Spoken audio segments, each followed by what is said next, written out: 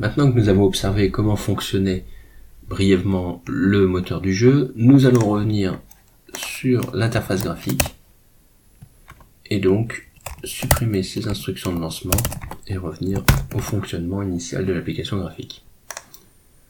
Dans la méthode initialize, je vais supprimer cette instruction et je vais maintenant placer le code qui va me permettre de mettre chacune des pièces dans les fichiers, dans l'échiquier à sa bonne place. Pour cela, il me faut créer, là aussi, comme dans le mode console, une variable de type moteur jeu, je l'appelle moteur, et je vais l'initialiser dans la méthode initialize, parce que c'est la première qui va être appelée dans cette classe.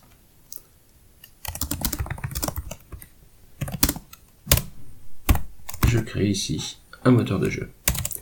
Je vais avoir besoin d'une double boucle pour les lignes et les colonnes. Je la crée ici. La variable pour les lignes, je vais l'appeler ligne. Et la variable pour les colonnes, je vais l'appeler colonne. Les lignes, je vais directement les faire défiler de 8 jusqu'à 1. En décrémentant de 1 à chaque tour. Quant aux colonnes, je vais utiliser directement des caractères, le faire aller de A jusqu'à H, et j'incrémente la variable colonne à chaque tour. J'ai besoin de retrouver le nom d'une cellule à partir de ligne et colonne. Il faut juxtaposer la colonne avec le nom de la ligne. Pour ça, je reprends la variable colonne. J'en fais un caractère. Je la force à s'afficher comme un caractère. Et je viens l'ajouter au numéro de la ligne. Il ne faut pas oublier ici de placer ça, sinon on va avoir une addition qui se fait entre colonne et ligne, alors que moi je veux juste une juxtaposition de chaîne de caractères. Une fois que j'ai le nom de la cellule, je vais utiliser une méthode qui est déjà présente dans Sample Controller, qui s'appelle chemin pièce, et qui, à partir du nom d'une cellule, retourne directement le chemin vers le fichier qui contient la pièce correspondante. Donc ce chemin, je vais le récupérer ici, et appeler cette méthode chemin pièce pour la cellule que je viens de récupérer. Alors, c'est pas exactement le nom de la cellule qu'il me faut. Il me faut le nom qui correspond au contenu de la cellule. Donc celui qui est dans moteur jeu.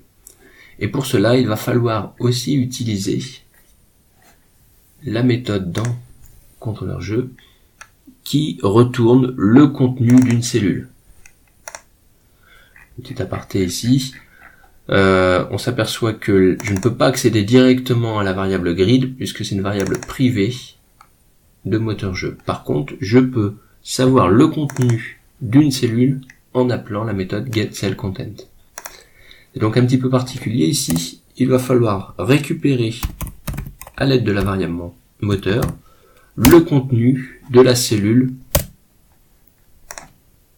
dont je viens de rechercher le nom juste auparavant. Alors certaines cellules peuvent être vides et dans ce cas-là, il faut gérer le cas où la variable chemin pourrait être nulle. Si elle est non nulle, c'est qu'il y a une image à afficher. Et donc je vais pouvoir réutiliser les mêmes instructions que j'avais fait pour la tour en première partie de ce TP. Voici ces instructions. Je récupère l'image qui se trouve sur ce chemin. Je crée un objet de type image que je place dans une ImageView. Cette ImageView, je la décale en X et en Y en fonction de la colonne et de la ligne dans laquelle je me trouve. Donc c'est un multiple de 50 pixels à chaque fois. Et je viens l'ajouter dans la zone de jeu. Si je lance le programme, voici l'échiquier que j'obtiens.